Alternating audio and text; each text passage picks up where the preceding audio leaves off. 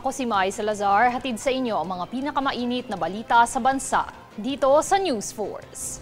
Sa ulo ng mga balita, rollback sa mga produktong petrolyo, epektibo bukas.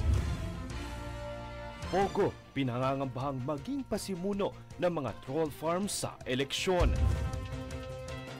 3 Vietnamese arestado matapos matuklasang walang lisensya sa pagsasagawa ng medicine services. Dengue outbreak sa QC, target mapuksa sa buwan ng Abril. Hybrid solar wind energy, sinusuring maitalaga sa mga cybercrime facilities. At eroplanong higit 1 dekada nang nawawala, muling iimbestigahan sa Malaysia. Patas at pantay na balita, komprehensibong ulat para sa pulso ng masa. Ito ang News Force.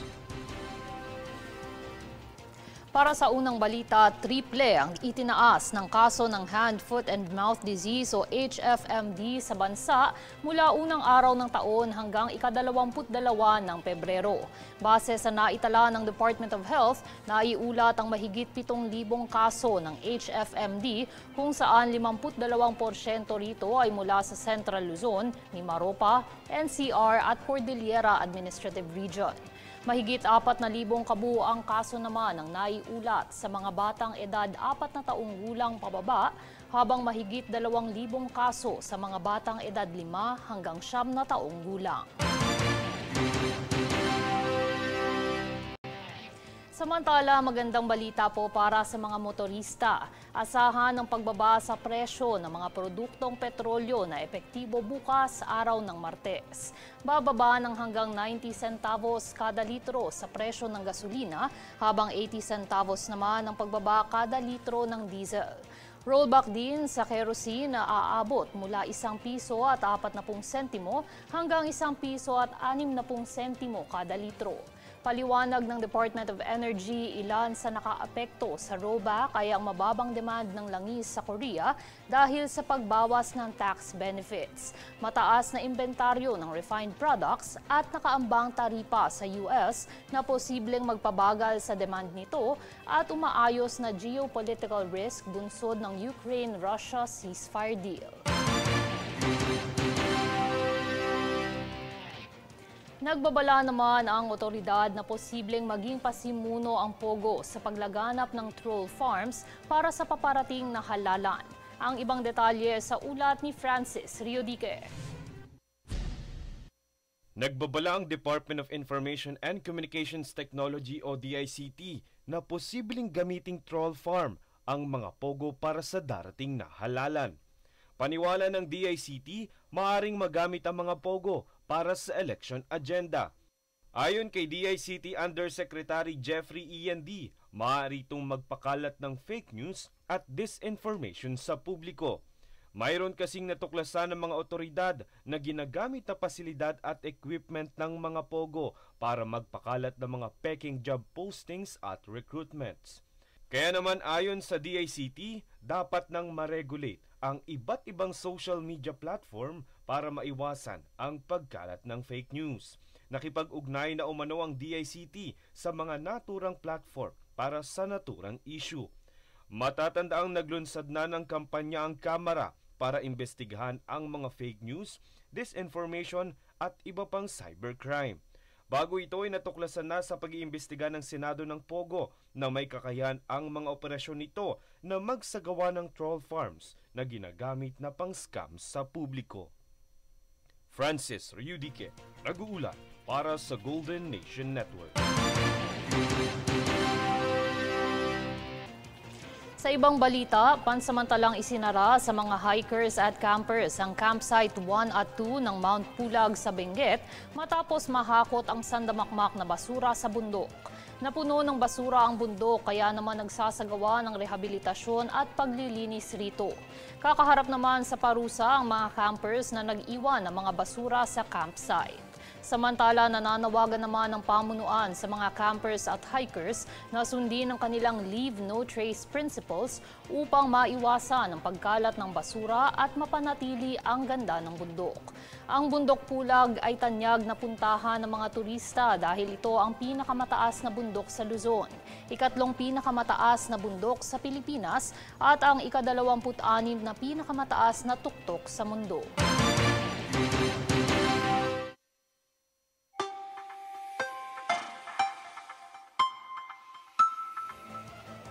Kasi simula pa lamang ng buwan ng Marso ay nararanasan na ang mainit na panahon sa ilang bahagi ng bansa kung saan nakapagtatala ng mataas na heat index bagamat hindi pa simula ng summer.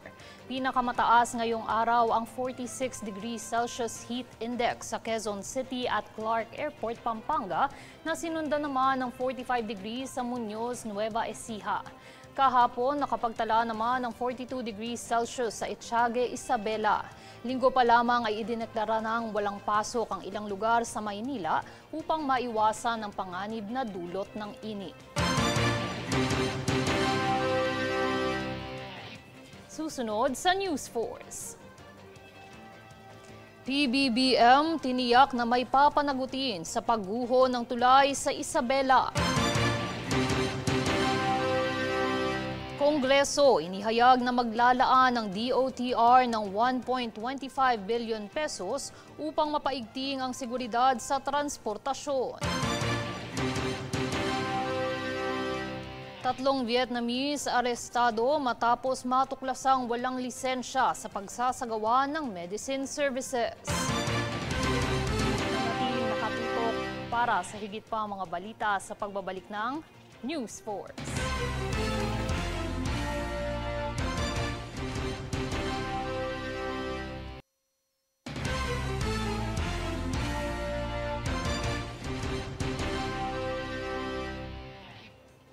Tiniyak ng Malacanang na mayroong mananagot sa biglaang pagbagsak ng tulay sa Isabela. Ayon kay Presidential Communications Office Undersecretary Attorney Claire Castro, ipinag-utos na ni Pangulong Ferdinand Marcos Jr. ang investigasyon sa naturang insidente. Nagdudugtong mula Cabagan at Santa Maria ang naturang tulay sa Isabela. Nagkolaps ang tulay matapos dumaan ng isang dump truck na may bigat na tinatayang mahigit 1 tonelada.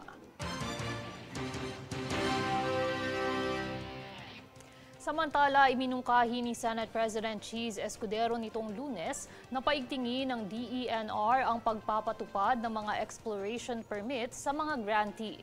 Ito ay bunsod ng mga nakitang kakulangan ng ngipin ng kagawaran hinggil sa compliance process. Tunghaya ng ulat ni Princess Castro.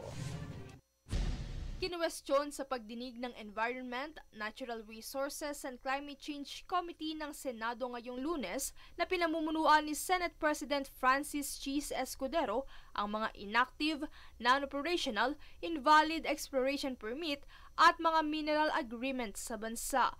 Ang naturang pagdinig ay nakabatay sa Senate of the Philippines Resolution No. 1310 o Philippine Mining Act. Ayon sa pamuklat na pahayag ng senador, ang Pilipinas ay nasa top 10 rankings ng may pinakamaraming mineral deposit sa buong mundo. Kaya naman pag-question ng senador ay tila bakit hindi ito napapakinabangan, gayon din kung bakit hindi natutuloy ang eksplorasyon sa pagmimina. Ilan sa mga tinalakay dito ay ang validity ng exploration permit o EP. Paglilinaw ni Department of Environment and Natural Resources Assistant Secretary for Mining Concern Michael Cabalda, ang mga EP ay valid ng hanggang 6 na taon at maaaring madagdagan ng 2 taong palugit, partikular kung malapit na ang pag-declare ng feasibility.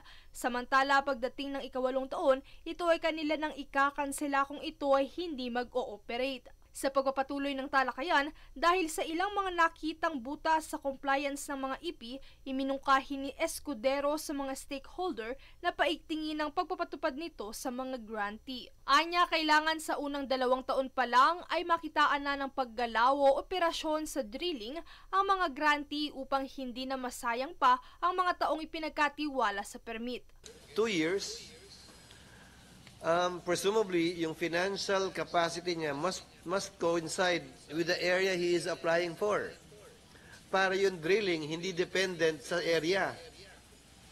Drilling can be done within the first 2-year period. Hindi yung simula pa lang tayo, alam na natin na hindi niya kayang gawin sa 2 years at sigurado magpa-4 to, magsi-6 to, mag-8 to.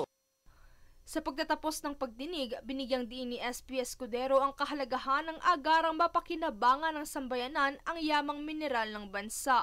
Ang susunod na pagdinig sa naturang paksa ay nakaschedule na ganapin sa 2 linggo ng Abril.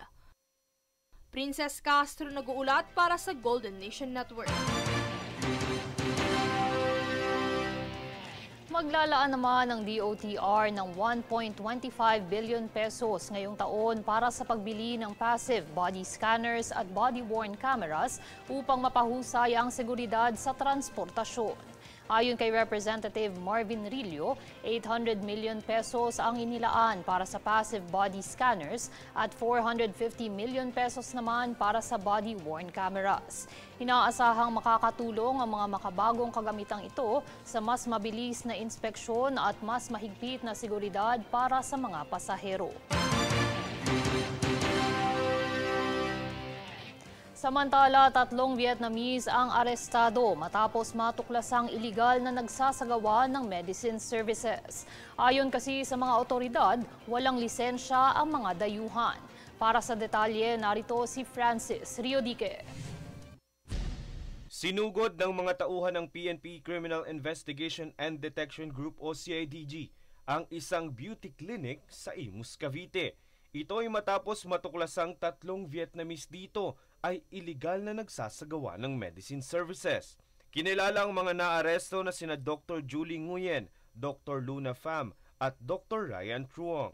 Base sa investigasyon ng mga otoridad, nagpapanggap ang mga naturang dayuhan bilang profesional na nag-i-inject ng iba't ibang beauty o derma-injecting procedures. Pero nang hanapan ng lisensya at permit ay walang maipakita ang mga akusado. Kaya naman kinumpiska ng mga otoridad ang iba't ibang uri ng gamot, cosmetic products at lahat ng mga dokumentong natagpuan sa naturang klinik. Mahaharap ang 3 Vietnamese sa mga kasong kaugnay ng paglabag sa Republic Act 2382 o ang Medical Act of 1959.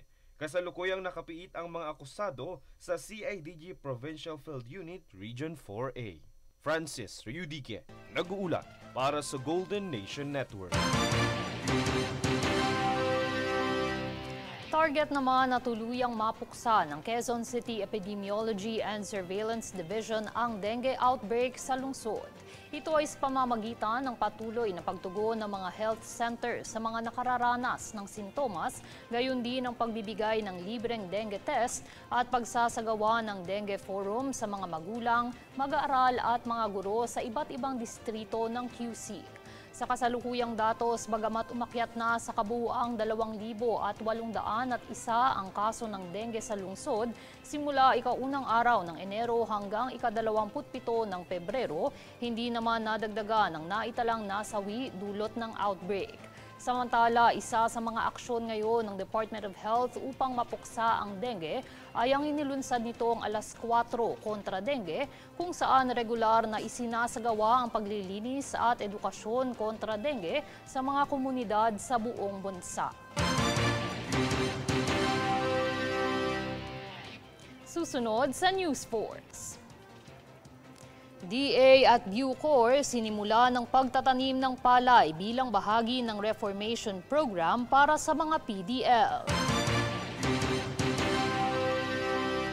Hybrid solar wind energy sinusuring maitalaga sa mga cybercrime facilities.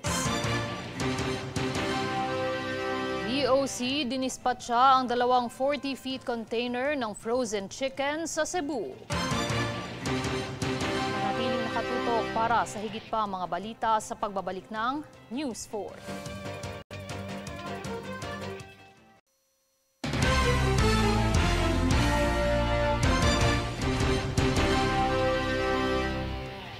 Isinagawa ngayong araw ng COMELEC at PIA-NCR ang voter education at ACM demonstration sa mga kawani ng ahensya.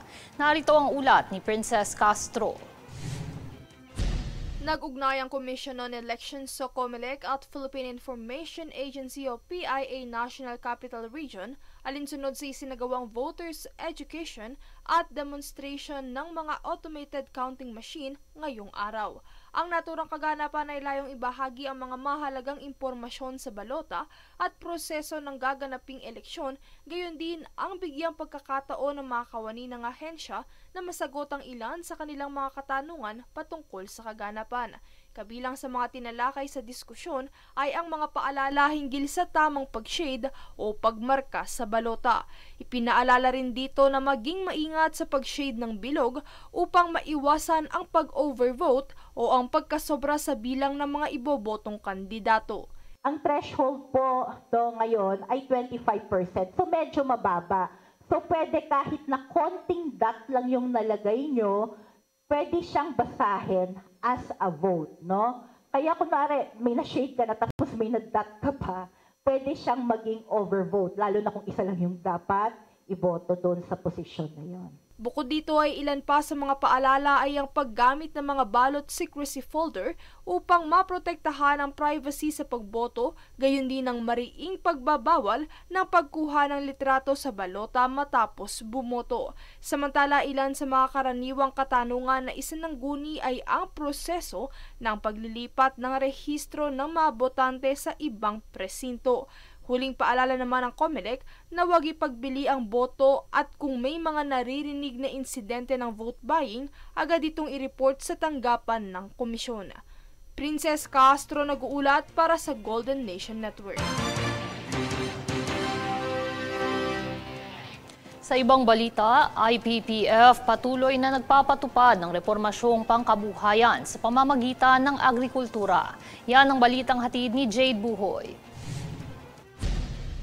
Matagumpay na nagtanim ng palay ang Iwahig Prison and Penal Farm o IPPF sa 4 na ektaryang lupain sa Central Subcolony noong ika-20 ng Pebrero. Ang inisyatibang ito ay isinagawa sa tulong ng mga Persons Deprived of Liberty o PDLs sa ilalim ng Work and Livelihood Program o WLP. Bukod dito, layunin nitong palakasin ang inisyatibang pang-agrikultura ng IPPF bilang bahagi ng Reformation Initiative for Sustainable Environment for Food Security o RISE ng Department of Agriculture o DA at Department of Justice o DOJ. Bunsod ng layuning pagpapalakas ng seguridad sa pagkain, ang programang ito ay nagbibigay rin ng hanap buhay sa mga PDL bilang paghahanda sa kanilang pagbabalik sa lipunan. Samantala, patuloy itong isinusulong sa ilalim ng pamumuno ng Bucor at kaakibat na ahensya. Dito tinitiyak din nila ang pagpapatuloy ng ganitong mga programa upang palakasin ang agrikulturang sektor ng pasilidad.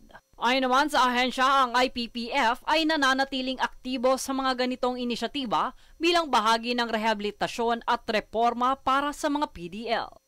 Jade Buhoy, nag-uulat para sa Golden Nation Network. Samantala, nilagdaan ng Cybercrime Investigation and Coordinating Center o CICC at Philippine National Oil Company o PNOC ang kasunduan upang pag-aralan ng pagtatalaga ng hybrid solar and wind energy sa mga cybercrime facilities sa ilan sa mga malalayong lugar sa bansa. Ayon kay PNOC President at CEO Oliver Butalid, ito ang unang pagkakataon na magtatalaga ng hybrid wind at solar power facility ang Pilipinas.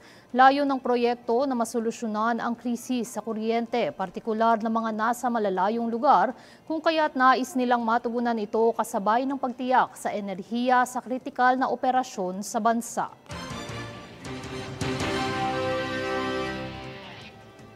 Upang maprotektahan naman ang kalusugan ng publiko, kinumpiska at winasak ng BOC Cebu ang shipment ng frozen chicken, MDM, na hindi nakasunod sa batas. Yan ang balitang hatid ni Jade Buhoy. Maayos na idinispatcha ng Bureau of Customs o BOC Port of Cebu ang isang shipment ng frozen chicken mechanically deboned meat o MDM mula ika-13 ng Enero hanggang ika-5 ng Pebrero ngayong taon. Ang kargamento na kinabibilangan ng 2 40-foot container na may kabuang 56 pallets ng frozen chicken MDM ay nakumpiska dahil sa paglabag sa batas. Alinsunod sa Custom Modernization and Tariff Act o CMTA, isinagawa ang thermal destruction ng mga produkto sa Mandaue City, Cebu sa tulong ng RRDS Environmental Services Incorporated. Layunin naman ng hakbang na ito na protektahan ang publiko mula sa posibleng panganib sa kalusugan at tiyakin ang pagsunod sa mga regulasyon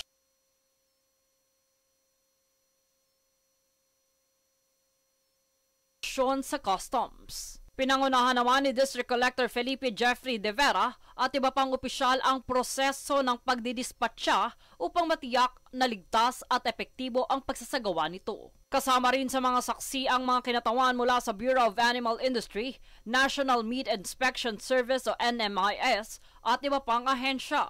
Dito binigyan din ni Collector De Vera na mahalaga ang wastong pagdidispatcha ng mga kumpiskadong produkto upang mapanatili ang kalusugan ng publiko at mahigpit na maipatupad ang batas. Samantala, ayon naman sa ahensya, ang hakbang na ito ay bahagi ng pangako ng pamahalaan sa pangangalaga sa kalikasan at kaligtasan ng mamamayan. Jade Buhoy, nag-uulat para sa Golden Nation Network.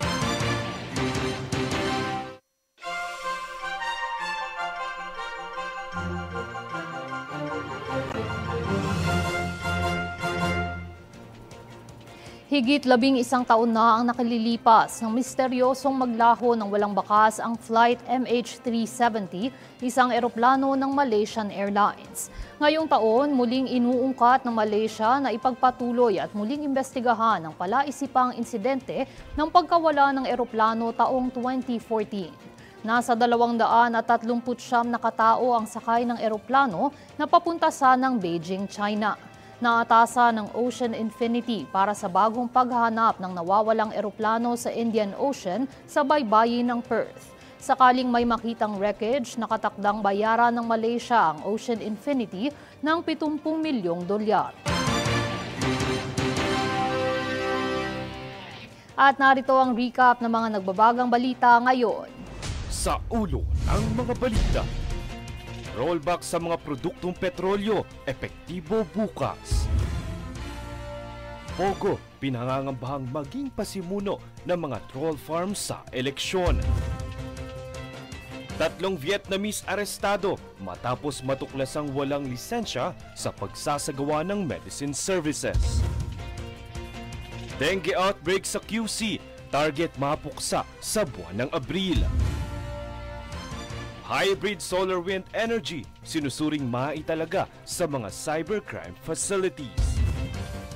At eroplanong higit 1 dekada nang nawawala, muling iimbestigahan sa Malaysia. Patas at pantay na balita, komprehensibong ulat para sa pulso ng masa. Ito ang News Force. At yan ang pinakamainit na mga balita ngayong araw. Manatiling nakatutok sa aming mga ulat at updates sa aming Facebook page, facebook.com/Golden Nation Network. Ako si Mai Salazar at ito ang News Force.